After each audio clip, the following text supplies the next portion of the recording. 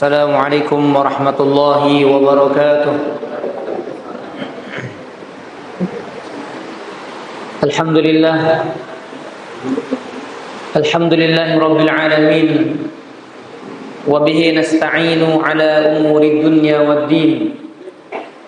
Wassalatu wassalamu ala asyrafil anbiya'i wal mursalin wa khataman nabiyyin Muhammad ibn Abdullah wa ala alihi wa ashabihi wa man sara ala nahjihi wa iktafa bi atharihi wa sanna bi sunnatihi ila yaumiddin. Yaqulu Allah tabaraka wa ta'ala fi kitabihil karim, ya ayyuhalladzina amanu ittaqullaha haqqa tuqatih wa la tamutunna illa wa antum muslimun. Amma ba'd. Alhamdulillah, para jamaah sekalian rahimani wa rahmakumullah. Kita bersyukur kepada Allah atas nikmat tauhid, atas nikmat akidah yang salimah, atas nikmat akidah yang sahihah,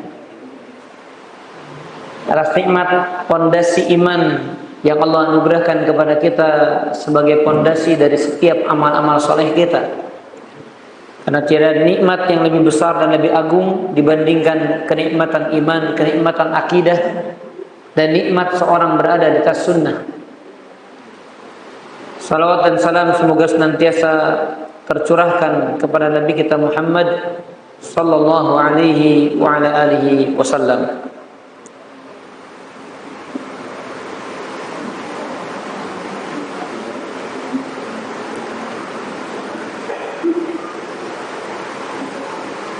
Baik, terakhir kita sudah menyelesaikan bab yang pertama.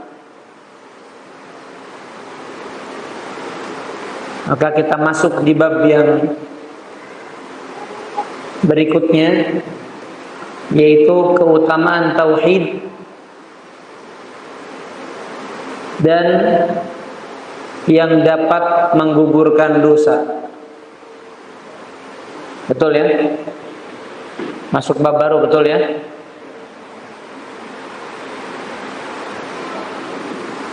Keutamaan tauhid dan yang dapat menggugurkan dosa-dosa.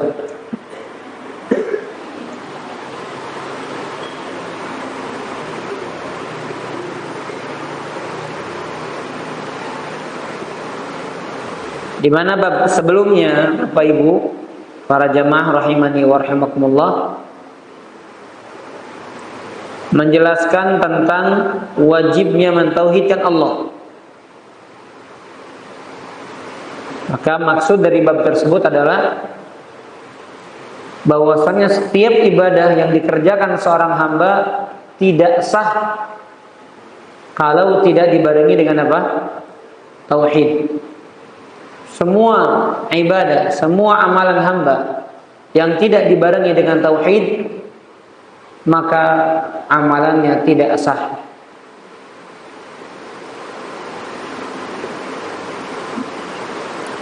Maka bab yang berikutnya, setelah dijelaskan tentang dalil-dalil akan wajibnya tauhid, maka bab berikutnya adalah terkait dengan apa keutamaan yang akan didapatkan oleh ahlu tauhid.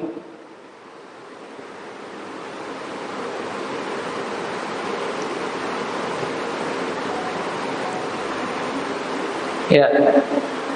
Firman Allah Subhanahu wa taala yang pertama,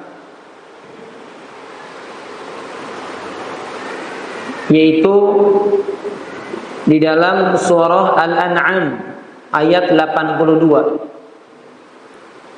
Didalil akan keutamaan tauhid yang pertama yang dicantumkan oleh Syekh Muhammad At-Tamimi rahimahullahu taala. Sudah ini sudah belum ya? Belum ya? Allah mengatakan, alladzina amanu wa lam yalbisu imanahum bidzulm ulaika lahumul amnu wa hum muhtadun. Allah mengatakan orang-orang yang beriman yang tidak mencampur adukan keimanan mereka dengan kesyirikan, dengan kezaliman. Maka apa keutamaan yang mereka akan dapatkan? Ulaika lahumul amn. Bagi mereka adalah rasa aman. Mereka mendapatkan keamanan yang mana jaminannya dari Allah. Wa hum muhtadun, dan mereka adalah orang-orang yang mendapatkan petunjuk.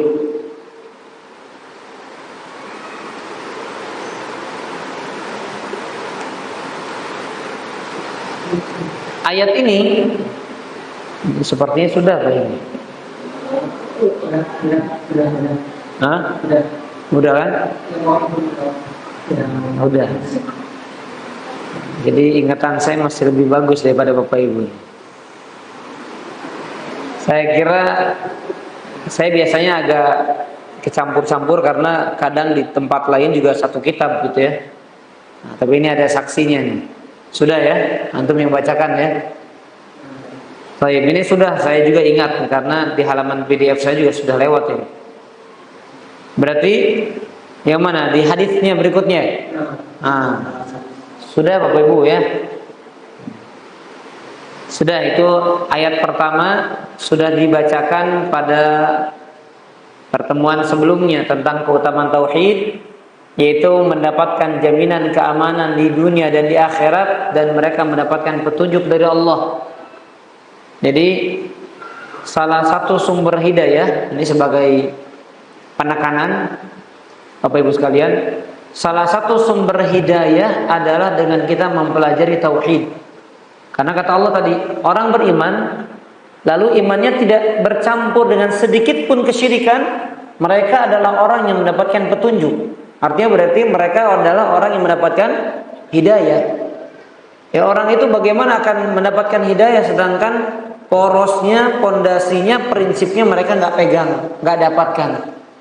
Maka sumber dari hidayah adalah mentauhidkan Allah Subhanahu wa ta'ala. Ya, di antaranya hanya bertawakal kepada Allah, hanya cinta kepada Allah, hanya bergantung kepada Allah, hanya berharap kepada Allah, hanya takut kepada Allah. Nah, amalan-amalan tersebut itu amalan-amalan yang berkaitan dengan tauhid. Maka siapa yang mengilmuinya kemudian mempraktekannya, dia akan diberikan petunjuk oleh Allah Subhanahu wa taala terhadap amalan-amalan lainnya yang barangkali belum dia ilmui. Ya, jadi Allah kasih itu petunjuk ilmunya, lalu Allah berikan bimbingan untuk dia mengamalkannya. Itu sumber tauhid dan keutamaan tauhid. Baik, kita masuk dalil yang kedua setelah Syekh Muhammad mencantumkan firman Allah dalam surat Al-An'am, maka kemudian beliau mencantumkan hadis yang diriwayatkan oleh Imam Bukhari dan Imam Muslim tentang keutamaan tauhid. Ya, fadhal. Ubadah bin Samit radhiyallahu anhu mengatakan, Rasulullah sallallahu alaihi wasallam bersabda, "Man syahida an la ilaha illallah wahdahu la syarika lah wa anna Muhammadan abduhu wa rasuluh wa anna Isa abdullah wa rasuluh wa kalimatuh khalaqaha ila Maryam wa ruhum min wa jannata haq wa nar haq adkhalahu Allahu al-jannah ala ma kana min al-amal." Barang siapa bersyahadat. Nah, perhatikan Bapak Ibu ya, perhatikan. Fadhal. Barang siapa bersyahadat bahwa tidak ada sesembahan yang hak selain Allah saja, dia tiada sekutu baginya, dan Muhammad adalah hamba dan rasulnya, dan bersyahadat bahwa Isa adalah hamba Allah, Rasulnya dan kalimatnya yang disampaikannya kepada Maryam serta ruh dan ciptaannya, dan bersyahadat pula bahwa surga adalah benar adanya dan neraka pun benar adanya, maka Allah pasti memasukkannya ke dalam surga sesuai dengan amal yang telah diperbuatnya. Hadis riwayat Bukhari dan Muslim. Ya. Baik, sebelum kita bahas hadis ini saya lupa menyampaikan apa kaitan ayat surat Al-An'am tadi dengan judul bab tentang keutamaan tauhid, yaitu bahwasanya Allah menetapkan keamanan bagi siapa saja yang tidak berbuat syirik. Jadi Allah jamin dia pasti aman selama dia tidak berbuat syirik. Artinya kan dengan kata lain, siapa yang mentauhidkan Allah pasti aman. Dan orang yang mentauhidkan Allah berarti orang yang tidak berbuat syirik, gitu ya. Dan walaupun sebagian, bahkan banyak Bapak Ibu sekalian, walaupun banyak ahlu tafsir mereka menafsirkan ayat di dalam surat Al-An'am itu, ulaika lahumul amn, keamanan itu didapatkannya nanti di akhirat, wa hum muhtadun, dan hidayah didapatkannya di dunia. Jadi keamanan di akhirat, hidayah di dunia. Tapi yang benar adalah dua-duanya. Aman di dunia dan di akhirat, hidayah juga di dunia dan di akhirat. Karena orang di akhirat dapat hidayah lagi nggak Bapak Ibu? Ada. Ya, di akhirat juga ada hidayah. Orang mau masuk surga harus dapat hidayah dulu. Sebagaimana ada orang yang dapat hidayah untuk masuk neraka. Ya, di antara dalilnya Allah mengatakan di dalam surat As-Saffat ayat 22. Surat As-Saffat ayat 22. Kata Allah, "Fahduhum ila siratil jahim." Berikan hidayah kepada mereka. Tunjukkan kepada mereka jalan menuju jahim, neraka jahim. Nah, berarti sebagaimana ada petunjuk yang mengarahkan seorang itu masuk ke dalam neraka, demikian pula ada petunjuk atau hidayah yang mengarahkan seorang itu untuk masuk ke dalam surga. Jadi cakupannya umum, keamanan baik itu di dunia dan di akhirat, demikian pula dengan hidayah, baik itu berlaku di dunia maupun di akhirat. Baik, adapun hadis yang tadi dibacakan yang dikeluarkan oleh Imam Bukhari dan Imam Muslim, Rasulullah Shallallahu Alaihi Wasallam tadi mengatakan, man syahida, barang siapa yang bersaksi, barang siapa yang bersyahadat. Nah, di sini Bapak Ibu, ternyata Rasul tidak hanya membatasi syahadatain, dua kalimat syahadat yang menjadi syarat seorang muslim menjadi seorang muslim. Ya. Jadi ternyata ada persaksian-persaksian lain yang harus dipersaksikan dalam dirinya. Bukan sekedar bersaksi bahwasanya Allah satu-satunya Rabb, Tuhan yang berhak diibadahi, kemudian Muhammad SAW adalah hamba dan utusannya, tetapi ternyata ada perkara lain yang mana ini merupakan bagian daripada tauhid, ya, yang mana satu dengan yang lainnya tidak bisa terpisahkan. Paham Bapak Ibu? Jadi betul, orang kalau masuk Islam cukup dua kalimat syahadat, tapi nanti setelah masuk Islam ada syahadat-syahadat lain yang wajib dia persaksikan, yang wajib dia tegakkan dalam hidupnya. Bisa dipahami? Bisa dipahami Bapak Ibu? Paham ya? Baik. Dan yang perlu kita garis bawahi juga para jemaah, yang namanya syahadat itu wajib didasari ilmu. Nah, itu catat Bapak Ibu. Yang namanya syahadat itu wajib didasari apa? Ilmu. Jadi tidak orang ketika mengucapkan kalimat syahadatain, asyhadu an la ilaha illallah wa asyhadu anna muhammadar rasulullah, maka kita yang menyaksikannya menganggap dia seorang muslim. Tapi dia di hadapan Allah wajib mempersaksikan hal tersebut dengan dasar ilmu. Dia memang yakin, dia mengilmui apa yang dia ucapkan itu benar. Jadi bukan diajak, yuk masuk Islam, ayolah. Nah, dia harus yakin dulu, dia harus mengilmui dulu, bukan hanya sekedar ikut-ikutan. Ya, bukan sekedar ikut-ikutan. Misalnya pemimpin kaumnya masuk Islam, dia ikut masuk Islam. Pemimpin kaumnya beralih, dia ikut beralih. Tidak demikian. Ya, makanya nanti akan kita singgung juga pembahasan tentang yang kita sudah bahas apa kemarin, Rukun atau syarat la ilaha illallah? Hah? Yang sudah kita bahas adalah rukun la ilaha illallah. Ada berapa? Kemarin ada berapa?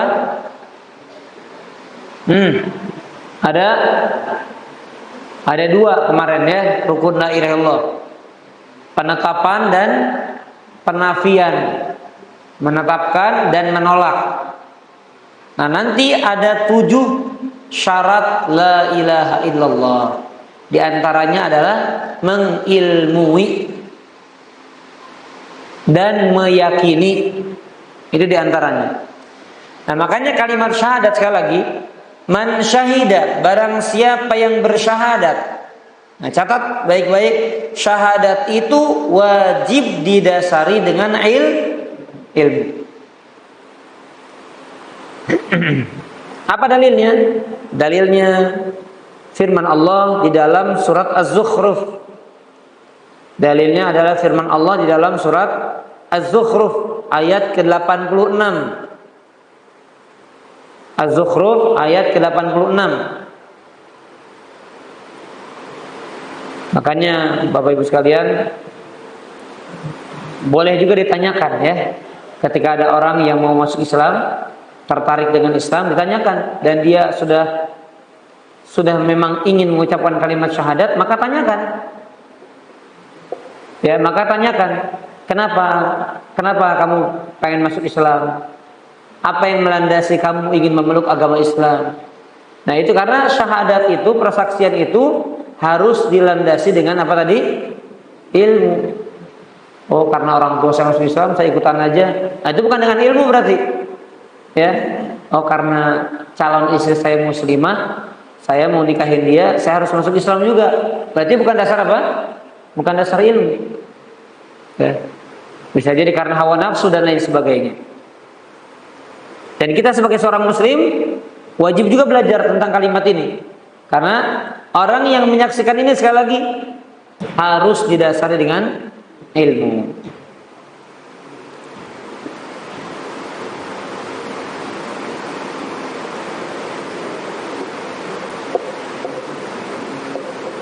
Dan ilmu itu ada 2. Ilmu itu terbagi menjadi 2. Ilmu terbagi menjadi 2. Yang pertama disebut dengan muktasab, ilmu yang memang dicari, dipelajari. Itu yang pertama.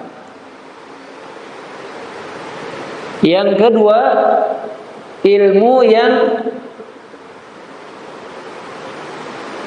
tertanam dalam diri, gharizi. Jadi memang seorang itu terlahir dalam keadaan sudah tertanam dalam dirinya ilmu tertentu. Nah, ini salah satunya Bapak Ibu. Orang itu sudah tertanam dalam dirinya ilmu tentang tauhid la ilaha illallah. Percaya nggak Bapak Ibu? Orang baru lahir nih, ternyata sudah mengilmui bahwasanya Tuhan yang berhak diibadahi hanya Allah. Percaya atau tidak, Pak? Atau blank, nggak tahu ilmunya? Tahu ilmunya atau tidak? Hah? Tentang la ilaha illallah, orang yang baru lahir tahu ilmunya atau tidak? Hah? Bapak tahu ilmunya atau tidak? Terlahir tiba-tiba tahu atau belajar? Nabi SAW mengatakan kullu mauludin yuladu alal fitrah. Setiap orang yang terlahir maka dia terlahir di atas fitrah. Jadi setiap orang yang terlahir itu dia sudah punya ilmu tauhid. Maksudnya dia sudah mengakui bahwasanya Tuhan yang berhak ibadah satu-satunya adalah Allah. Nah, adapun rinciannya baru dengan tadabbur, dengan belajar. Tapi kalau dia mati dalam keadaan baik, maka dia mati di atas fitrah dan memang dia sudah mempersaksikan, dia sudah meyakini, dia sudah mengakui tiada Tuhan yang berhak diibadahi kecuali Allah. Begitu, ya.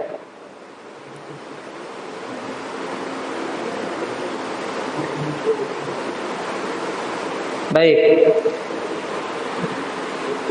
Dalam hadis ini, para jemaah sekalian, tadi Rasul mengatakan apa? Barang siapa yang bersyahadat bahwasanya tiada Tuhan yang berhak diibadahi kecuali Allah satu-satunya, tiada sekutu baginya. Ini persaksian yang pertama. Yang kedua, dan bahwasanya Muhammad adalah hamba dan utusan Allah. Ini persaksian yang kedua. Yang ketiga apa? Nah, yang ketiga, bahwasanya Isa adalah hamba dan utusan Allah. Nah, ini Bapak Ibu sekalian, kenapa ini menjadi tambahan? Karena dikhawatirkan ada seorang muslim yang bersyahadat tapi ternyata pemahamannya sama seperti pemahaman Nasrani yang mengatakan apa? Bahwasanya Isa adalah anak Allah. Jadi dia bersyahadat la ilaha illallah Muhammadur Rasulullah, tapi mengatakan Isa adalah anak Allah. Maka persaksian yang ketiga menggugurkan persaksian yang pertama dan kedua. Sekalipun dia bersyahadat la ilaha illallah Muhammadur Rasulullah, tapi kemudian dia mempersaksikan bahwasanya Isa sebagaimana dipersaksikan oleh kaum Nasrani, maka itu membatalkan keislamannya. Paham? Jadi paham ya? Nah, maka seorang muslim yang bersyahadat la ilaha illallah Muhammadur Rasulullah, dia juga bersyahadat bahwasanya Isa hanyalah sebagai hamba dan utusan Allah, sama seperti Nabi sallallahu alaihi wasallam. Begitu.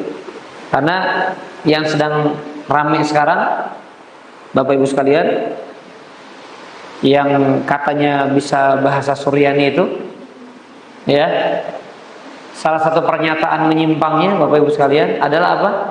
Ketika ditanya apakah agama selain Islam masuk surga juga? Oh iya, masuk surga juga. Karena setiap agama punya nabinya masing-masing, punya surganya masing-masing. Jadi Nasrani masuk surganya masing-masing, Yahudi. Bahaya nggak itu Pak? Makanya lihat di sini, dia mempersaksikan Allah satu-satunya Tuhan yang berhak diibadahi, Muhammad adalah hamba dan utusan Allah, Isa tiada lain dan tiada bukan, beliau juga hanyalah seorang hamba dan utusan Allah. Begitu. Dan surganya ya sama dengan surga yang akan dimasuki oleh Nabi Muhammad SAW, sama akan dimasuki oleh umat Islam. Baik, kemudian wa kalimatuhu alqaha ila Maryam wa ruhum min, dan kalimatnya yang di apa? Yang ditujukan kepada Maryam dan ruh yang datang dari Allah. Ya, maksudnya apa? Nabi Isa itu terlahir tanpa seorang ayah. Kenapa? Karena langsung ruhnya ditiupkan oleh Allah Subhanahu wa taala ke janinnya Maryam alaihissalam. Ya. Jadi kalimatnya apa? Yakun fayakun. Kalimat yang disampaikannya adalah kun fayakun. Kalimatnya kun ya, fayakun itu kabarnya aja. Fayakun maka jadilah. Baik. Kemudian apalagi yang wajib dipersaksikan oleh seorang muslim? Wal jannata haqqun. Dia harus mempersaksikan bahwasanya surga Allah itu benar adanya. Bapak Ibu percaya akan adanya surga? Yakin? Ya, saya tanya begitu bukan karena pertanyaan seperti pertanyaan anak SD, Bapak Ibu. Karena saya pernah dengar langsung dari salah satu jamaah. Saya pernah dengar langsung dari satu jamaah, dia nanya, saya Ustaz, Ana punya teman, nanya ke Ana, apa hukumnya seorang muslim bahkan sudah ngaji, tapi dia belum percaya adanya surga? Ada Pak. Jadi ini kenapa Bapak Ibu jangan Jangan disepelekan masalah akidah. Karena syubhat syaitan itu membuat kita guncang masalah pemahaman. Bisa jadi yakin sama Allah, bisa jadi yakin kepada kenabian, kerasulan, tapi ternyata dia nggak yakin dengan adanya surga. Bisa jadi yakin dengan adanya surga, tapi misalnya dia nggak yakin dengan apa? Dengan hari di mana dibangkitkannya manusia. Ya, gimana dia masuk surga kalau nggak Allah bangkitkan dulu? Paham maksudnya?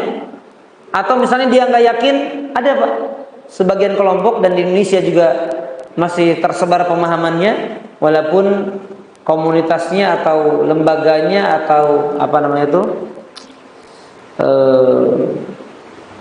ya lembaga lah, kita katakan lembaga, walaupun lembaganya sudah dibubarkan oleh pemerintah. Tapi salah satu pemahamannya apa? Nggak percaya dengan azab kubur. Nggak percaya dengan apa? Azab kubur. Jadi orang kubur nggak ada azab, nggak ada nikmat, sudah nanti dibangkitkan aja. Jadi cuma lewat aja begitu. Dan itu saya tahu sendiri dari siapa? Dari adik saya yang pernah kuliah di salah satu universitas di Bandung, yang mana dia diajak ngaji di komunitasnya. Nah itu di antara pemahaman yang dicekoki di pengajian itu, ya nggak ada nikmat kubur, nggak ada siksa kubur. Paham ya Pak ya? Nah sama dengan surga Pak.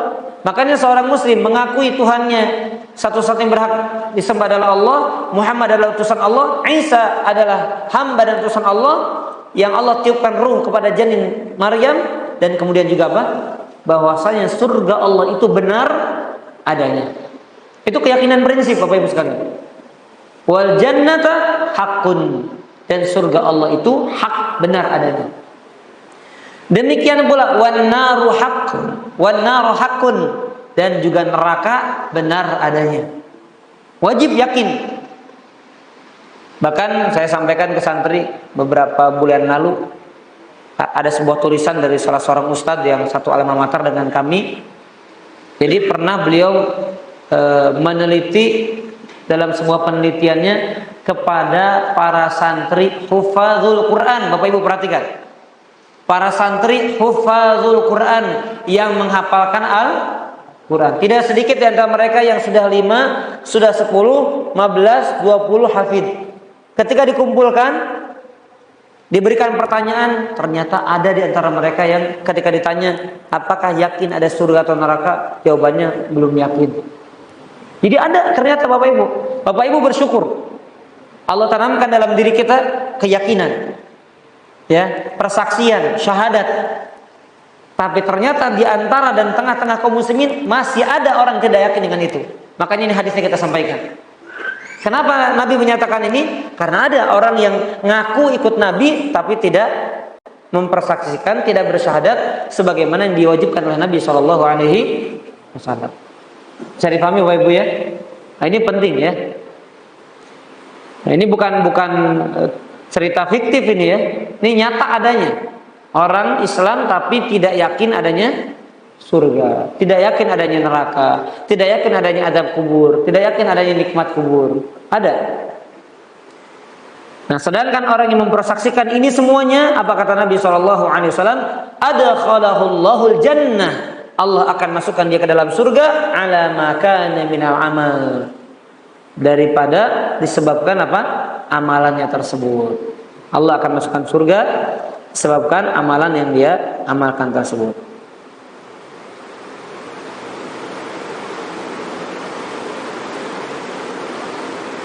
Baik.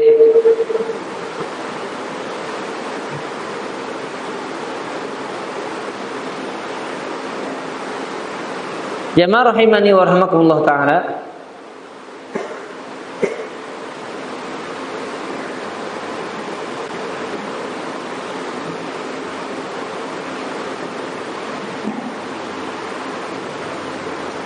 Ada beberapa poin yang perlu disampaikan dalam pembahasan ini.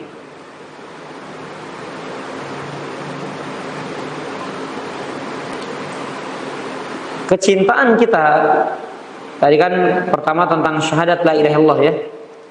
Kecintaan kita kepada Rasulullah sallallahu alaihi wasallam itu mengikuti kecintaan kepada Allah.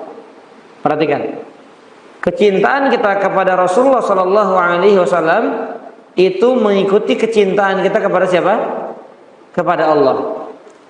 Karena kecintaan kita kepada Rasul itu bukan kecintaan yang terpisahkan dengan kecintaan kepada Allah. Jadi, kenapa kita cinta Rasul? Karena Allah. Kita mencintai Rasulullah sallallahu alaihi wasallam karena kecintaan kita kepada siapa? Kepada Allah Subhanahu wa taala.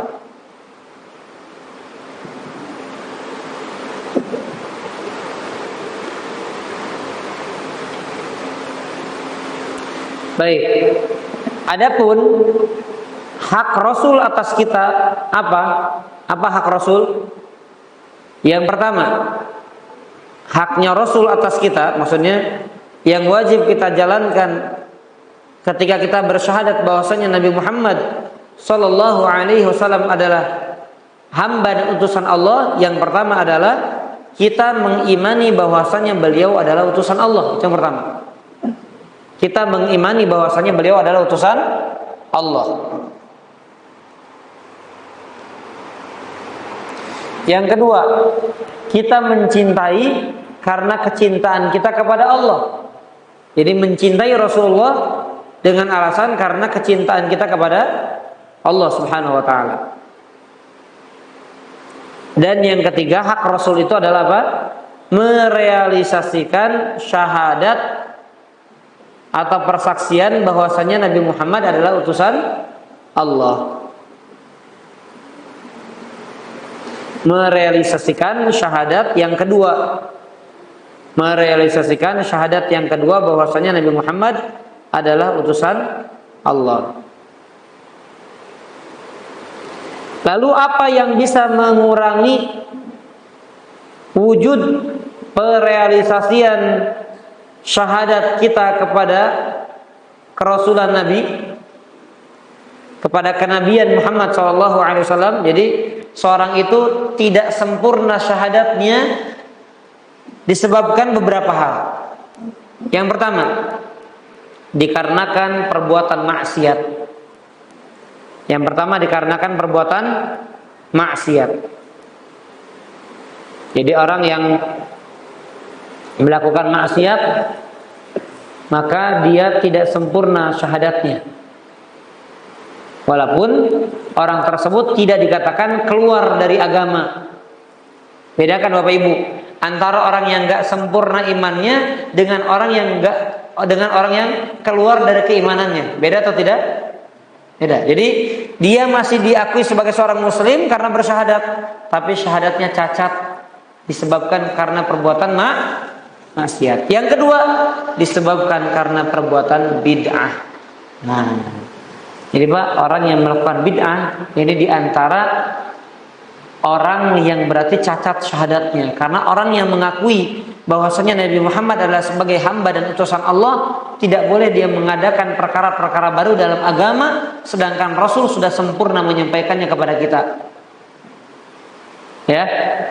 Jadi orang yang melakukan kebid'ahan berarti syahadatnya apa? Cacat.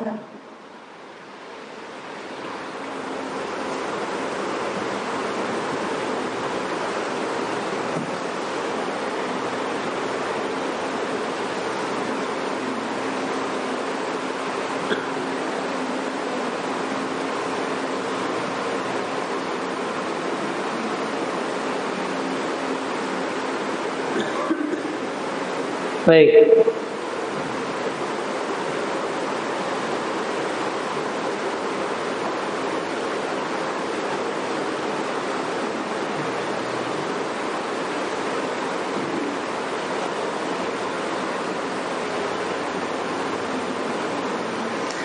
Ada sedikit tambahan juga tentang pernyataan yang kedua. Kan tadi dikatakan apa? Bersaksi bahwasanya Isa adalah hamba dan utusan Allah. Nah, ini hadis ini menerangkan kepada kita sebagai bantahan kepada orang Yahudi dan Nasrani. Ya, kalimat bahwasanya Isa adalah hamba Allah itu bantahan kepada orang Nasrani yang mengakui bahwasanya Isa adalah anak Allah, bukan hamba Allah. Dan bantahan juga kepada orang Yahudi. Dari kalimat mana? Bahwasanya Isa adalah utusan Allah. Maka ini bantahan kepada orang Yahudi.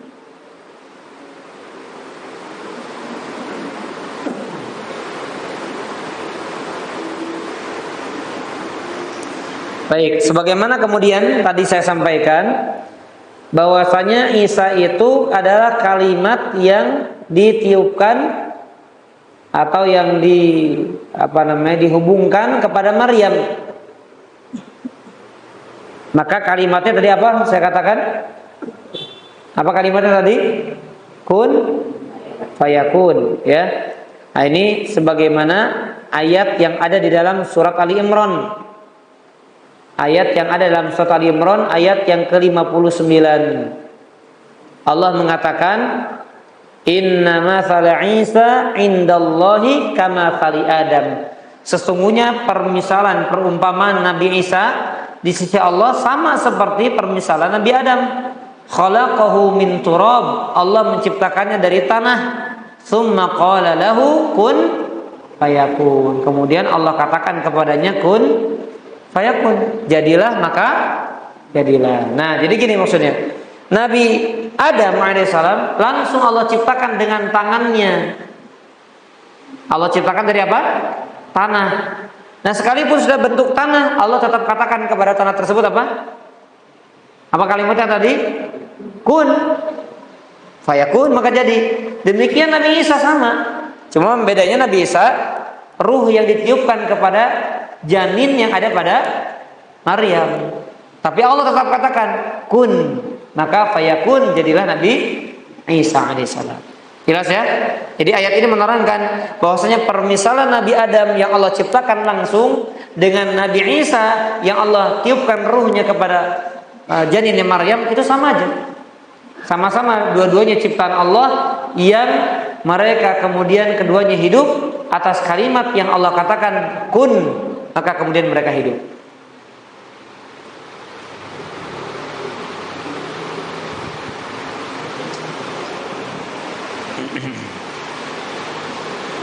Baik.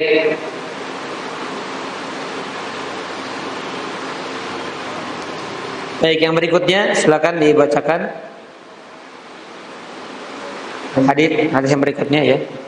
Al-Bukhari dan Muslim meriwayatkan pula hadis dari Ibn. Hadis dari siapa?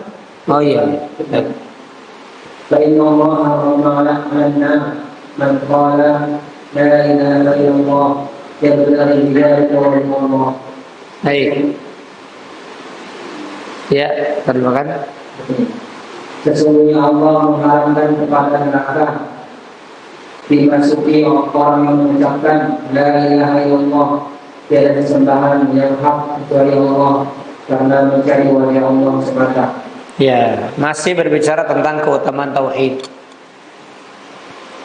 Baik, kita merojah bareng-bareng Bapak Ibu biar ilmunya matang ya. Tadi di dalam keutamaan tauhid yang pertama dari ayat di dalam surat Ali Imran, apa yang kita dapatkan kalau kita mentauhidkan Allah dengan benar? Dapat apa? Dapat keamanan dan petunjuk hidayah, baik di dunia dan di akhirat. Yang kedua dari hadis tadi apa? Barang siapa yang bersyahadat bahwasanya tiada sembahan yang berhak diibadai kecuali Allah, Muhammad adalah utusan Allah, Isa adalah hamba dan utusan Allah, dan kalimat yang Allah tujukan kepada Maryam dan kalimat dan ruh yang dikirim kepadanya, dan surga wal jannata haq wan nar haq. Apa keutamaannya? Apa keutamaan tadi dari hadis itu? Dimasukkan ke dalam surga. Ya, adkhalahullahu jannah ala ma kana min amal. Dengan sebab amal tersebut Allah akan masukkan dia ke dalam surga. Nah, sekarang yang ketiga, keutamaan tauhid dari hadis yang ketiga, apa itu? Ternyata orang yang mengucapkan kalimat la ilaha illallah dengan syarat. Apa syaratnya? Ikhlas. tidak ada harapan lain kecuali apa? Ya betagi bidzalika wajh Allah. Dengan itu dia mengharapkan wajah Allah. Kemudian dia ucapkan la ilaha illallah ikhlas karena Allah, maka Allah haramkan dia masuk ke dalam neraka.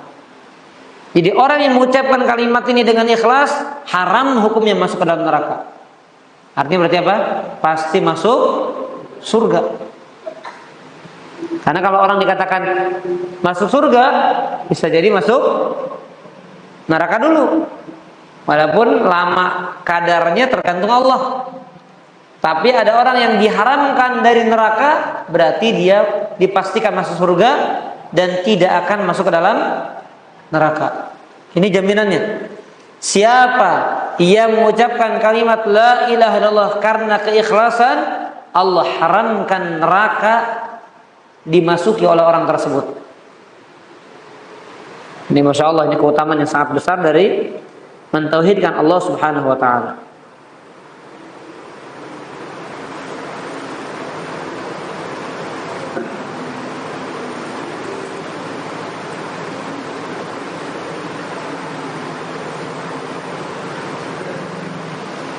Dan di sini kalimatnya tegas. Rasul mengatakan apa? Ya betagi bidzalika wajh Allah. Berarti syarat mengucapkan la ilaha illallah adalah apa? Ikhlas. Apa arti ikhlas? Tidak ada harapan lain dari ucapan tersebut, dari keyakinan tersebut, kecuali hanya ridho Allah. Itu ikhlas. Karena sebagaimana tadi saya sampaikan, ada orang mengucapkan 2 kalimat syahadat. Ada orang mengucapkan 2 kalimat syahadat karena apa? Karena apa? Karena ingin menikah, ya, karena ikut orang tuanya. Tapi kalau orang mengucapkannya karena keikhlasan, maka Allah haramkan dia masuk ke dalam neraka.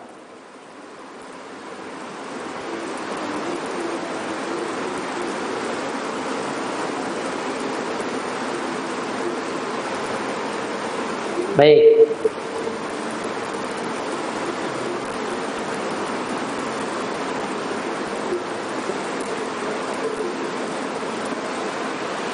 Diharamkan masuk ke dalam neraka itu terbagi menjadi 2. Diharamkan masuk dalam neraka itu terbagi menjadi 2. Ini agar kita tidak simpang siur pemahamannya. Ustaz, yakin nih kita cuma mengucapkan kalimat la ilaha illallah ikhlas, yakin gak akan masuk neraka sedetik pun? Maka jawabannya bahwasanya orang itu diharamkan masuk neraka terbagi menjadi 2. Ada yang sifat pengharamannya mutlak, ada yang sifat pengharamannya mutlak,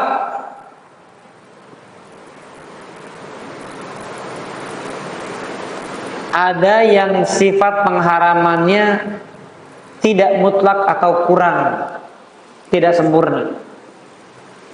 Ada yang sifat pengharamannya sempurna mutlak, ada yang sifat pengharamannya kurang sempurna tidak mutlak.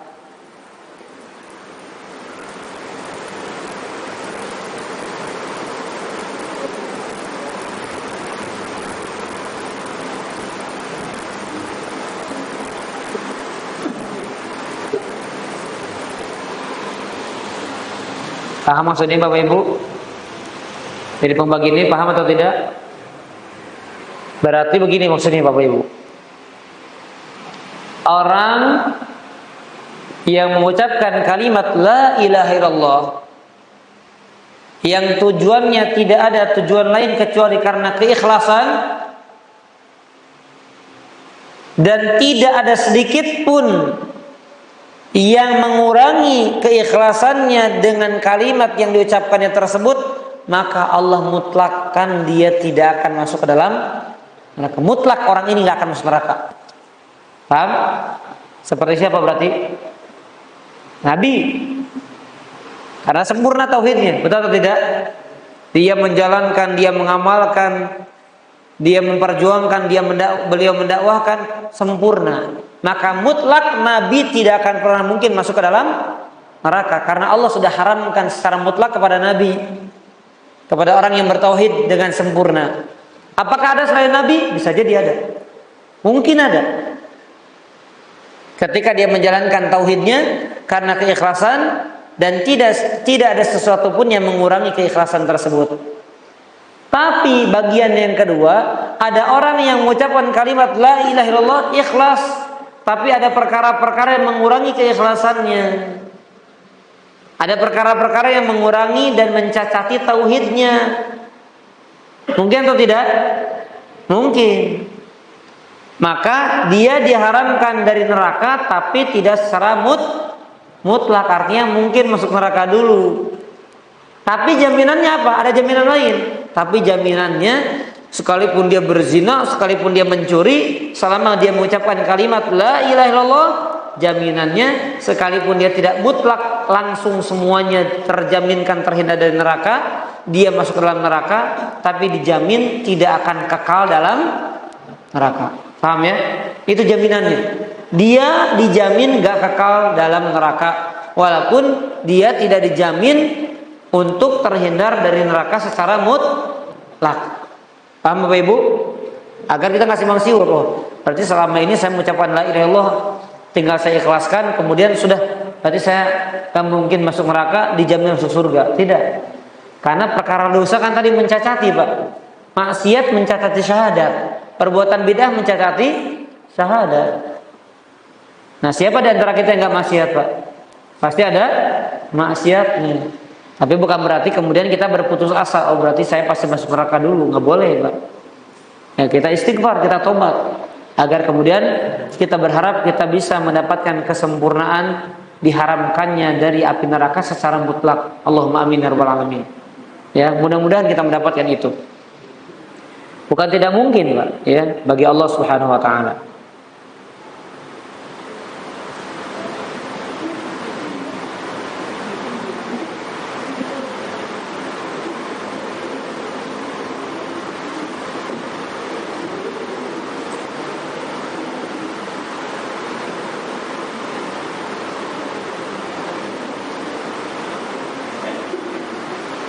Dan hadis ini para jamaah, hadis ini sebagai bantahan kepada kaum Murji'ah. Hadis ini sebagai bantahan kepada kaum Murji'ah. Karena orang-orang Murji'ah itu Bapak Ibu sekalian, mereka mengatakan cukup orang itu ucapan la ilaha illallah itu udah cukup, tanpa ada tambahan mengharapkan wajah Allah. Jadi orang yang penting sudah mengucapkan la ilaha illallah udah cukup. Sedangkan tadi Nabi mempersyaratkan apa? Barang siapa yang mengucapkan kalimat la ilaha illallah dengan mengharapkan wajah Allah. Nabi syaratkan itu. Tapi kalau kata orang Murji'ah enggak, cukup la ilaha illallah aja cukup. Itu orang Murji'ah.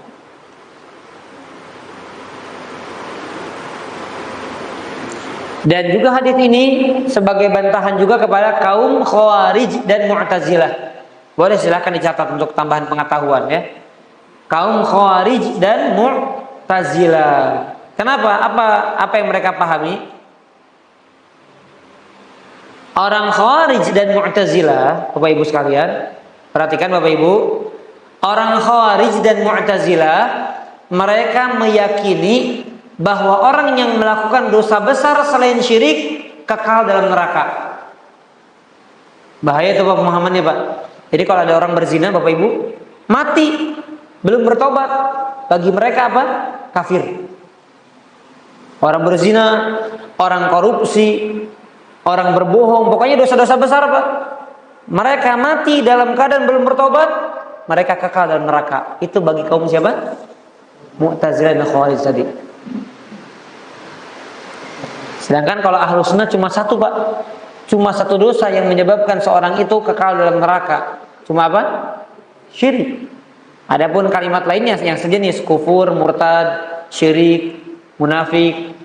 Tapi dosa selain daripada itu, baik zina dan lain sebagainya, tidak membuat dia terancam kekal dalam neraka. Betul, terancam masuk neraka. Tapi untuk terancam kekal dalam neraka, tidak ada dalam ahlu sunnah wal jamaah. Sedangkan kalau kaum Khawarij Mu'tazilah, mereka meyakini bahwa siapa saja yang melakukan dosa besar, mereka mati dalam keadaan belum bertobat, mereka kekal selama-lamanya dalam neraka. Berarti disejajarkan dengan orang yang mati dalam keadaan kafir. Itu Khawarij dan Mu'tazilah. Sedangkan Ahlus Sunnah tidak. Maka nggak boleh Bapak Ibu, hati-hati. Kalau kita lihat ada orang suul khotimah, mati dalam keadaan zina, mati dalam keadaan korupsi, mati dalam keadaan belum bertobat dari dosa ribanya, nggak boleh kita katakan ini kekal dalam neraka. Nggak boleh. Selama dia muslim, kita berharap menyampaikan rahmat, ya, memohon rahmat Allah untuk dia. Kemudian kalau kita takut, waduh ini takut nih orang masuk neraka dulu, nggak masalah. Tapi kalau mengancam dia, oh ini matinya suul khotimah, kekal dalam neraka, itu bukan pemahaman Ahlus Sunnah. Ya, mudah-mudahan dipahami ya Bapak Ibu ya. Baik, yang berikutnya silakan. Jadi mereka dari Nabi Sa'id radhiyallahu anhu Musa ya Rabbi anbitni syai'an qurra wa alayhi wa anta al-mutaqi qala qul ya Musa la ilaha illallah qala ya Rabbi qul ibadaka yaquluna hadha qala ya Musa law anna samawati sab'a wa amrahunna غيري وأرضين السماء بكفة ولا إله إلا الله بكفة بارك بهن لا Di antum kafa apa kifah? Kafa ya. بارك بهن لا إله إلا الله. Musa berkata, ya Tuhanku, ajarkanlah kepadaku sesuatu untuk berpikir dan berdoa kepadamu. Allah berfirman, katakanlah hai Musa, la ilaha illallah. Musa berkata lagi, ya Tuhanku, semua hamba-Mu mengucapkan ini. Allah berfirman, hai Musa, andai kata tujuh langit dan penghuninya selain aku, serta tujuh lapis bumi diletakkan pada timbangan, sedang la ilaha illallah diletakkan pada timbangan yang lain, niscaya la ilaha illallah lebih berat timbangannya. Hadis riwayat Ibnu Hibban dan Hakim dengan mengatakan bahwa hadis ini sahih. Masya Allah, ini lihat Pak, ini keutamaan kalimat tauhid Pak. Makanya kenapa jaminannya orang yang mati bawa kalimat ini matinya, maka dijamin dia pasti masuk. Jadi bagaimana tidak Pak? Lihat, ditimbang kalimat la ilaha illallah dalam satu timbangan, dan langit, bumi dan semua isinya kecuali Allah, langit, bumi semua isinya dalam satu timbangan, ternyata masih berat kalimat apa? La ilaha illallah. Kan Pak, kalimat la ilaha ini kalimat yang sangat agung, sangat mulia, yang semoga kita mempelajarinya hari ini, bisa mendalaminya dan kita bisa mati di atas kalimat tersebut. Amin ya rabbal alamin. Kalimat yang sangat agung Pak ya. Lihat sampai-sampai Nabi Musa berkata, wahai Tuhanku, ajarkan kepadaku yang dengan sesuatu tersebut aku bisa berzikir dan berdoa kepadamu. Maka Allah mengatakan, ya katakan aja la ilaha illallah. Ini Nabi Musa bukan protes ya. Kalau la ilaha illallah sih semua orang juga bilang la ilaha illallah kan gitu ya. Coba pengen zikir khusus lah. Yang buat saya ini amalan khusus buat saya. Maka Allah kabarkan, ini Musa, seandainya langit, bumi dan lain sebagainya di dalam daun timbangan dan la ilaha illallah dalam timbangan lain, maka lebih berat kalimat la ilaha illallah. Ya, Masya Allah.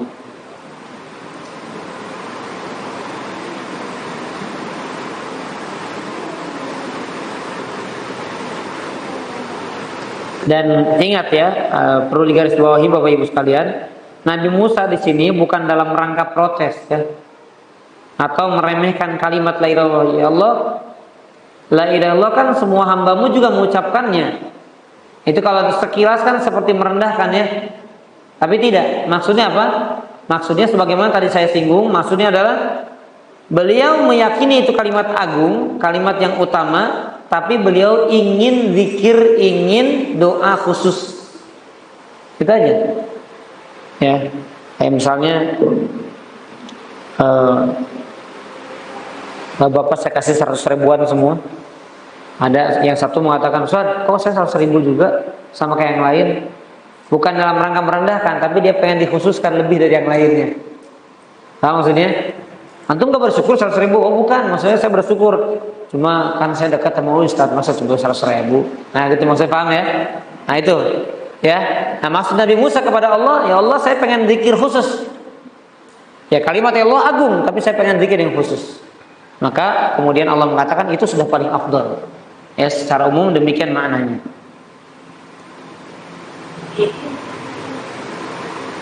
Maka hadis ini menunjukkan akan apa? Keutamaan kalimat la ilaha illallah, yang mana kalimat la ilaha illallah itu artinya adalah kalimat tauhid.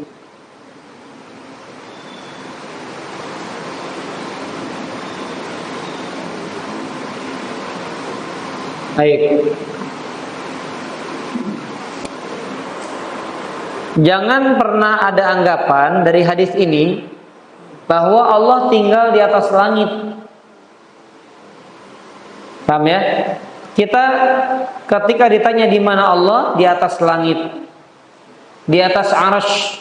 Tapi jangan pernah punya bayangan bahwasanya arsy meliputi Allah, bahwasanya langit meliputi Allah, nggak boleh. Kita hanya bisa menjawab Allah di atas langit, Allah meninggi bersemayam di atas arsy. Tapi bagaimananya, tepatnya di mana, seperti apa, nggak boleh. Bahkan bertanyanya pun sudah bid'ah.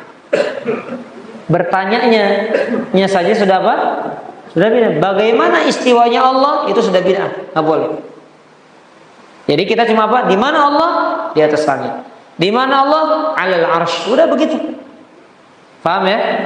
Nah, karena kalau kita lihat hadis ini seolah-olah begini, seandainya langit yang 7 dan seluruh isinya selain aku, berarti seolah-olah Allah di atas, di dalam langit itu ya, dinaungi apa? Diliputi oleh langit. Tidak. Nggak mungkin, karena Allahu Akbar, Allah Maha besar dan Allah paling besar. Gitu. Jadi nggak mungkin ada makhluk yang meliputinya, nggak mungkin.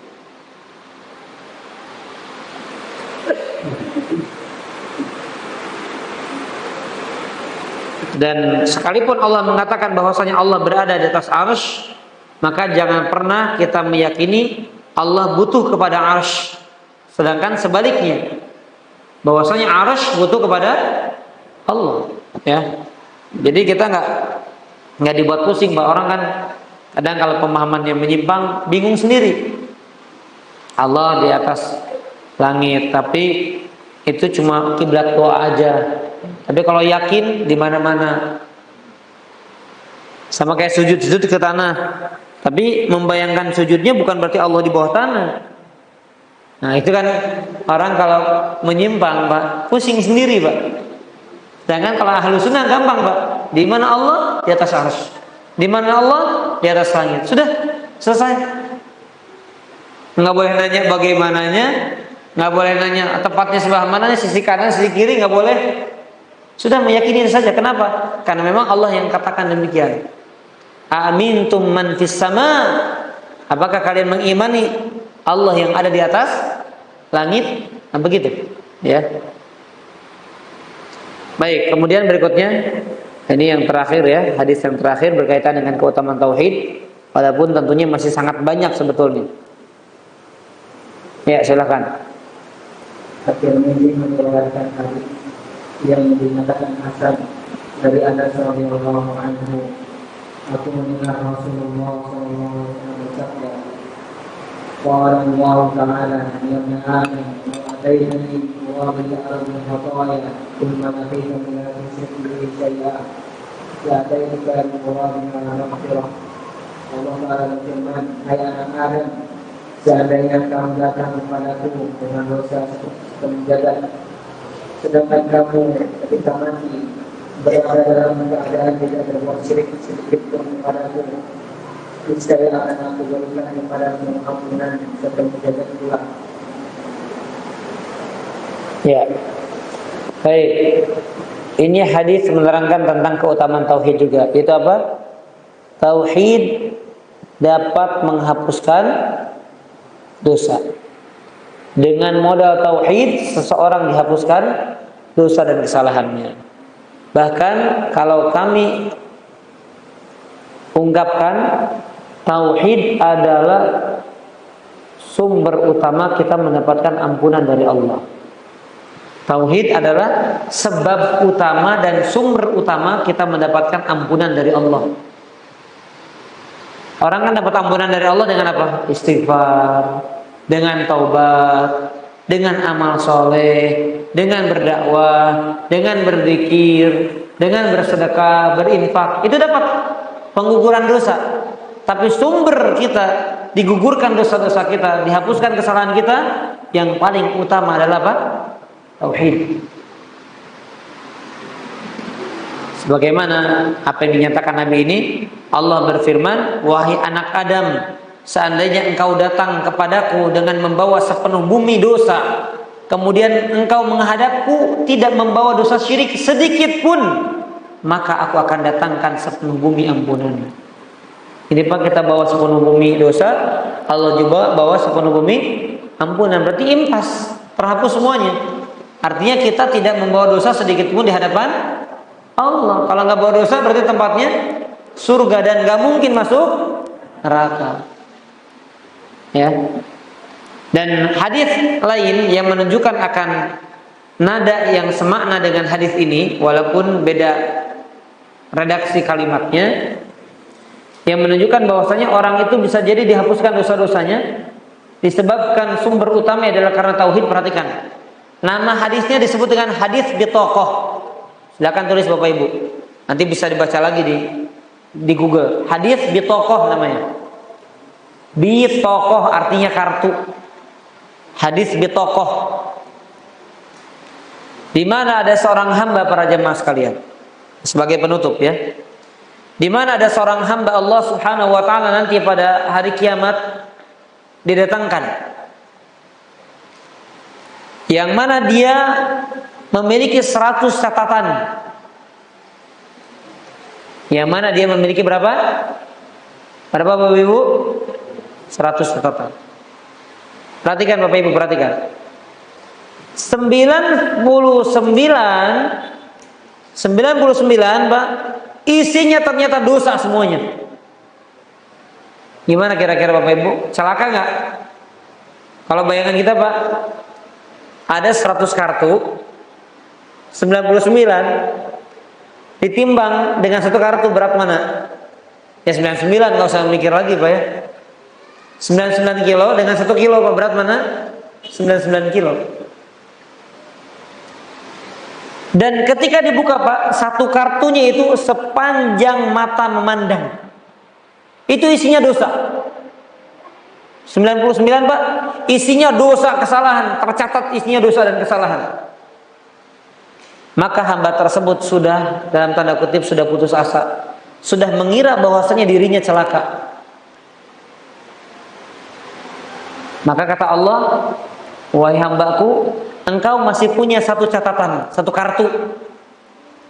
Hambanya ngomong lagi Pak, kata hamba tersebut, apa gunanya ya Allah satu catatan dibanding 99 yang isinya semuanya dosa? Kira-kira apa manfaatnya, apa gunanya? Karena hambanya pakai akal juga Pak. Ya nggak mungkin lah saya bisa diselamatkan hanya karena sebab satu kartu, sedangkan 99 isinya apa? Dosa dan maksiat. Maka kata Allah, sesungguhnya aku tidak berbuat zalim kepada hamba-Ku sedikit pun. Wahai malaikat, dibukakan. Ternyata dibuka, isinya kalimat La ilaha illallah Muhammadur Rasulullah. Ditimbang menjadikan sebab 99 terhapuskan dosanya dan dia dimasukkan ke dalam surga. Ini dikenal dengan hadis bitaqah, hadisnya sahih. Semoga kita termasuk dalam golongan tersebut. Karena kita menyadari dosa kita banyak Pak. Mungkin kita termasuk ke hamba tersebut Pak. Kalau dibilang amalnya sedikit, mungkin banyak keikhlasnya, mungkin banyak gugurnya, dosanya banyak, maksiatnya banyak. Tapi semoga kita teguh, semoga kita kokoh, semoga kita ikhlas dalam menjalankan dan mengamalkan kalimat La ilaha illallah. Semoga Allah karuniakan dan anugerahkan selalu kepada kita kalimat tersebut sampai kita diwafatkan di atas kalimat tersebut oleh Allah Subhanahu wa taala. Allahumma amin ya rabbal alamin. Jadi itu Pak ya. Makanya tadi judul babnya apa? Keutamaan tauhid dan yang menyebabkan terampunkannya dosa. Maka kami simpulkan secara tegas, sumber utama atau sebab utama seorang itu diampunkan dari dosa yang paling pertama adalah karena tauhidnya. Mengalahkan istighfarnya, mengalahkan taubatnya, mengalahkan sholatnya, mengalahkan amal soleh yang lainnya. Kenapa? Yang pertama adalah tauhidnya. Ada lagi hadis lain, Pak. Kalau kita pengen bicara yang lain, Pak. Orang yang mati dengan memberikan wasiat kepada keluarganya, saya takut diazab sama Allah. Jadi nanti kalau saya mati, tolong dikremasi, dibakar, dan buang debunya di lautan. Buang debunya di lautan. Biar apa? Biar nanti saya nggak dibangkitkan sama Allah. Karena kalau saya dibangkitkan nanti disiksa sama Allah, saya banyak dosa. Benar. Wasiat keluarganya, wasiat dia oleh keluarganya dijalankan. Dibakar dia setelah wafat, kemudian debunya dibuang ke lautan. Dibangkitkan sama Allah. Tapi dia masuk surga, Pak. Kenapa? Karena ternyata sekalipun dia melanggar itu, Pak, yang menyebabkan dia melakukan itu apa? Rasa takutnya kepada Allah. Rasa takut termasuk bagian daripada tauhid. Tapi jangan diamalkan ini, Pak, ya. Masa dia ngomong begitu, takut, jangan. Karena percuma juga. Ini kan pemahaman dia, disangkanya dia nggak akan dibangkitkan dengan sebab disebarkan, ya, maksudnya hasil dari bakaran tubuhnya disebarkan, nggak akan dibangkitkan. Padahal siapa yang mati di laut, siapa yang mati tenggelam, siapa yang mati dimakan paus, siapa yang Hah? Bukan dicincang, dimutilasi. Cincang daging sapi. Siapa yang dimutilasi, siapa yang diculik, siapa yang dikubur hidup-hidup dan sebagainya, siapapun dan bagaimanapun cara matinya, dia tetap akan dibangkitkan oleh Allah dalam keadaan sempurna tubuhnya. Ya. Nah itu, Pak, lihat, iman, tauhid adalah sebab utama Allah mengampunkan dosa. Makanya ada sebuah pernyataan, tadi saya bilang sebagai penutup tapi nggak ditutup-tutup, ya. Ada sebuah pernyataan Syekh Shalih Fauzan ketika ditanya, "Wahai Syekh, kenapa dakwah para nabi itu tauhid? Kenapa dakwah para ulama yang mengikuti nabi itu tauhid? Bahkan lebih sering dibandingkan mendakwahkan jangan zina, jangan judi, jangan korupsi, jangan dusta, jangan ini. Kenapa?" Karena orang yang melakukan dosa-dosa ini dengan modal tauhid, Allah bisa hapuskan dosa-dosa ini. Tapi orang yang terhindar dari dosa ini, dia tidak punya tauhid, Allah masukkan ke dalam neraka. Paham, Pak? Ini yang kita katakan pentingnya dan agungnya ilmu tauhid. Orang yang nggak melakukan korupsi, dusta, zina, apalagi, Pak, mencuri dan lain sebagainya, dia nggak melakukan itu, Pak. Tapi dia nggak punya tauhid, masuk neraka.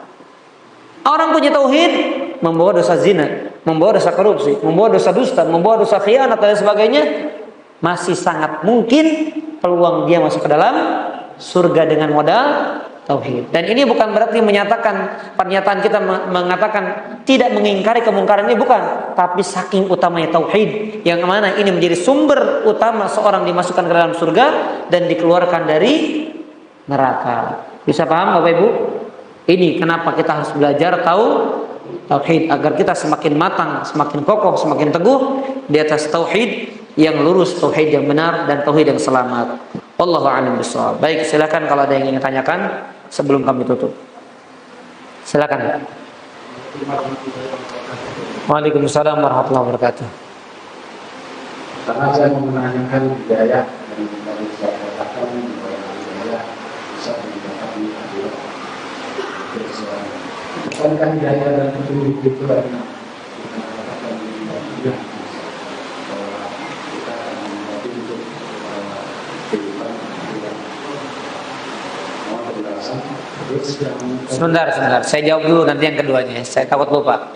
Tadi dalilnya sudah kita sebutkan, hidayah itu berlaku di dunia dan di akhirat. Jadi kalau kita kupas, Pak, hidayah itu ada 5 sebetulnya. Ada hidayah yang jenisnya umum, semua makhluk dapat hidayah. Apa dalilnya? Surat Al-A'la, Sabbihisma rabbikal a'la alladzi khalaqa fasawwa walladzi qaddara fahada. Walladzi qaddara fahada. Jadi semua manusia, semua hewan, semua makhluk dapat hidayah. matahari dapat hidayah untuk menerangi, bulan dapat hidayah untuk menerangi, bumi dapat hidayah dan lain sebagainya ya. Manusia dapat hidayah untuk bisa membedakan mana panas, mana dingin, mana sejuk, mana enak, mana nggak enak, mana pahit, mana manis. Itu hidayah yang secara umum, yang nggak ada kaitan dengan surga dan neraka. Ini secara umum ya. Nah sekarang kita bahas apakah ada hidayah di akhirat, sedangkan hidayah itu hanya berlaku di dunia. Kata siapa berlaku di dunia saja? Sedangkan dalilnya menunjukkan bahwasanya ada hidayah juga di akhirat. Apa dalilnya? Surat Al-A'raf, saya lupa ayatnya. Dan itu ucapannya umum, kita semuanya hafal. Apa itu? Wa ma kunna linahtadiya laula an hadanallah. Itu ucapan penghuni surga, Pak. Wa qala alhamdulillahilladzi hadana li hadza wa ma kunna linahtadiya laula an hadanallah. Jadi penghuni surga ketika dimasukkan ke dalam surga mereka mengatakan apa? Alhamdulillah, segala puji bagi Allah. Wa ma kunna linahtadi, kami enggak mungkin dapat petunjuk masuk ke dalam surga laula an hadanallah, seandainya Allah tidak memberikan petunjuk kami untuk masuk ke dalam surga. Jadi ada namanya hidayah ilal jannah. Di akhirat nanti seorang mendapatkan petunjuk untuk masuk ke dalam surga, sebagaimana ada orang yang diberikan petunjuk untuk masuk ke dalam neraka. Itu dalilnya ya.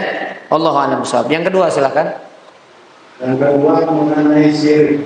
Nama syirik di beberapa ayat dikatakan tidak ada pembagian tentang syirik besar. Terus di dalam ayat tidak ada pembagian.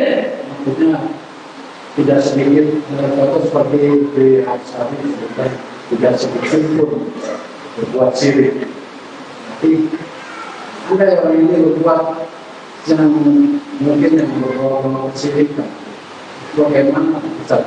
Jadi misalkan saya tidak membayar hubungan apakah orang tersebut kadang juga ada yang mengeyel juga. Kalau bilang bahwa itu adalah syirik. Setiap hari saya sholat, setiap hari saya menuntut Tuhan mengatakan sebagai syirik. Ya. Mau penjelasan besar. Ya. Baik. Jangankan yang kita temukan di tengah masyarakat, kita akan temukan juga pada diri kita kesyirikan. Jangankan yang kita temui dalam masyarakat, kita akan jumpai juga kesyirikan dalam diri kita. Dan semoga Allah mengampuni kita dan melindungi kita dari itu. Apa contohnya Pak? Apa contohnya syirik yang ada dalam diri kita? Riya Pak. Berbuat amal bukan karena Allah, itu udah syirik. Cinta kepada dunia melebihi cintanya kepada akhirat, udah itu syirik. Lebih cinta duit daripada sholat, itu udah syirik. Banyak Pak? Banyak. Makanya bahkan yang dia khawatirkan Nabi kepada kita semuanya, bukan kita takut nyembah berhala, bukan. Nyembah pohon, nyembah kubur, bukan. Yang paling ditakutkan Nabi menimpa para sahabatnya dan menimpa kita semuanya apa? Inna akhwafa ma akhafu alaikum asyirkul asghar. Yang paling takutkan adalah syirik kecil. Tapi tetap walaupun kecil dia namanya apa? Tetap syirik. Apa itu? Berkata para sahabat, "Wa masyirkul asghar ya Rasulullah?" Apa itu syirik kecil ya Rasulullah? Kata Rasulullah sallallahu alaihi wasallam, "Ar-riya." Itu riya. Seorang mengerjakan salat dan melihat ada di sampingnya atau di belakangnya seseorang yang berlalu, kemudian yang tadinya sholatnya biasa saja diperindah sholatnya karena sebab fulan tersebut, itu syirik. Dan betapa sering kita terjerumus kepada amalan perbuatan tersebut ya. Nah maka di dalam Al-Quran Allah mengatakan innallaha la yaghfiru ayyushraka bih. Allah tidak mengampuni dosa syirik. Kata para ulama termasuk dosa syirik kecil nggak diampuni sama Allah. Tapi bedanya antara dosa syirik besar dengan dosa syirik kecil sekalipun tidak diampuni, tapi tidak mengancam orangnya kekal dalam neraka. Sedangkan kalau syirik akbar menyebabkan orang itu kekal masuk ke dalam neraka. Kalau namanya kekal berarti nggak mungkin dikeluarkan dari neraka untuk masuk ke dalam surga. Kalau syirik kecil mungkin dia dimasukkan ke neraka karena tidak diampuni sama Allah, kemudian dia masuk neraka, barulah nanti dia masuk ke dalam surga. Itu bedanya. Jadi makanya nanti kita akan bahas apa yang dimaksud syirik akbar, apa yang dimaksud syirik asghar, dan apa perbedaan antara syirik akbar dengan syirik asghar. Akan pertanyaan itu kenapa muncul? Nanti kemudian jawabannya akan ada pembeda antara ini dan itu, sehingga kita tidak salah paham bahwa ini syirik berarti neraka selama-lamanya. Enggak. Tergantung ini syiriknya apa, besar atau kecil. Tapi sama-sama terancam tidak diampuni dosanya kalau dia tidak bertobat kepada Allah. Paham ya? Allah alam. Dan tidak bisa kemudian juga dengan sebab dia melakukan syirik dia mengatakan, kan saya syahadat. Enggak. Dia percuma syahadat tapi tidak merealisasikan syahadatnya. Kan syahadat itu bukan sekadar pengakuan, tapi diwujudkan dengan apa? Perbuatan. Dia syahadat tapi nyembah patung buat apa? Dia syahadat tapi meminta kepada selain Allah buat apa syahadatnya? Karena syahadat kan diucapkan dengan lisan, diyakini dengan hati, dilakukan dengan perbuatan. Tidak cukup sekadar apa? Ucapan. Jadi ya, kalau orang mengatakan sama seperti kita lah. Ustaz, masa kita nggak diampuni sama Allah syirik? Kan tiap sholat kita ada syahadatnya juga. Ya, ada syahadatnya, tapi tidak menggugurkan perbuatan syirik yang kita tidak taubati dan istighfari, Pak. Gitu. Ya, wallahu a'lam bishawab. Baik, ada lagi? Ya, silakan.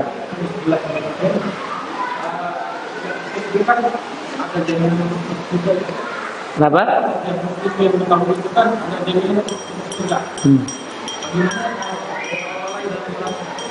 Bagaimana?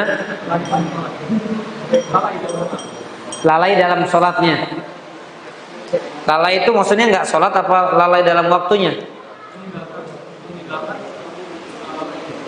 Meninggal itu nggak sholat berarti?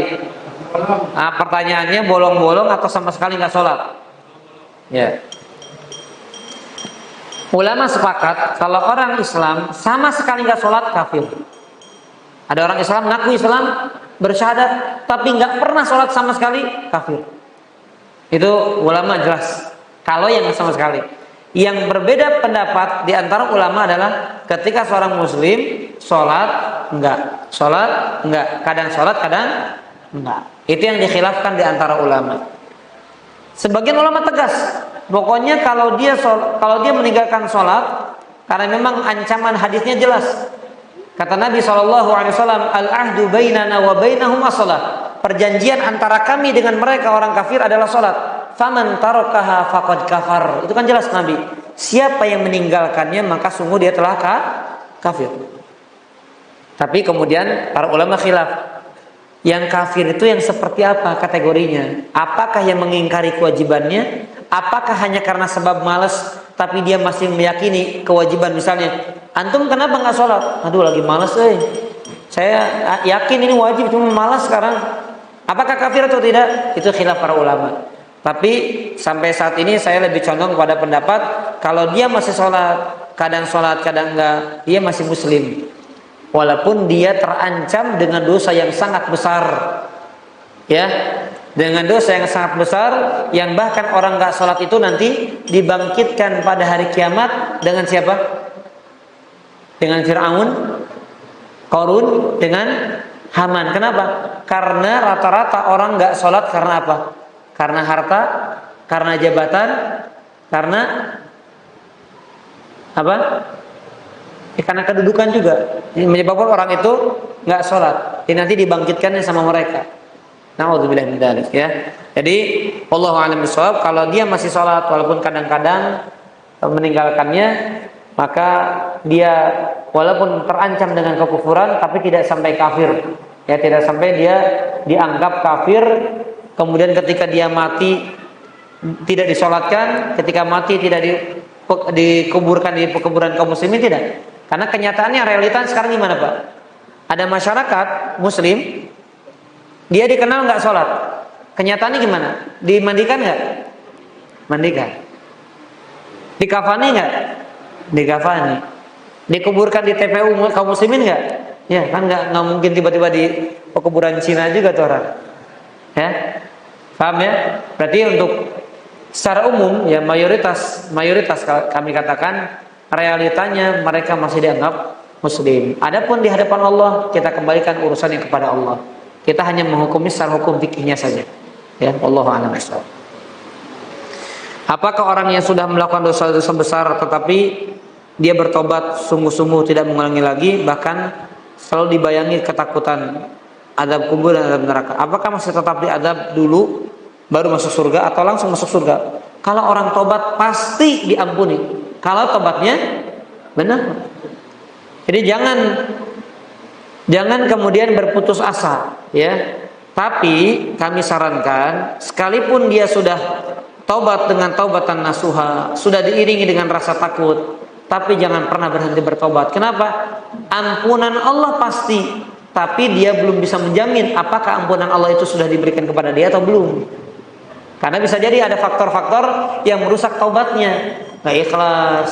Dia ternyata taubat hanya ingin mendapatkan istri yang solehah, artinya karena duniawi. Dia ternyata taubat karena ingin mendapatkan rezeki. Dia tobat karena ingin mendapatkan jabatan. Saya tobat kenapa saya hidupnya susah, saya tobat dulu aja dah. Berarti tobatnya bukan karena Allah. Paham ya? Jadi sekalipun dia tobat benar-benar meninggalkan yang mungkar, yang haram, tapi kalau bukan karena Allah, maka untuk apa tobatnya? Wallahu a'lam bishawab. Baik, ada lagi? Dari ibu cukup? Baik, kalau tidak ada, kami cukupkan pertemuan kita pada hari ini. Mudah-mudahan apa yang disampaikan bermanfaat untuk kehidupan dunia dan akhirat kita. Mudah-mudahan ilmu yang kita bahas tidak sekedar menjadi wawasan tambahan ilmu, melainkan bisa kita terapkan dalam kehidupan dan bisa memperkokoh akidah dan tauhid kita kepada Allah Subhanahu wa taala. Amin ya rabbal alamin. Subhanakallahumma bihamdika asyhadu an la ilaha illa anta astaghfiruka wa atubu ilaik. Wa sallallahu ala nabiyyina Muhammadin wa ala alihi wa sahbihi wasallam. Wa akhiru da'wana alhamdulillahi rabbil alamin. Wassalamualaikum warahmatullahi wabarakatuh.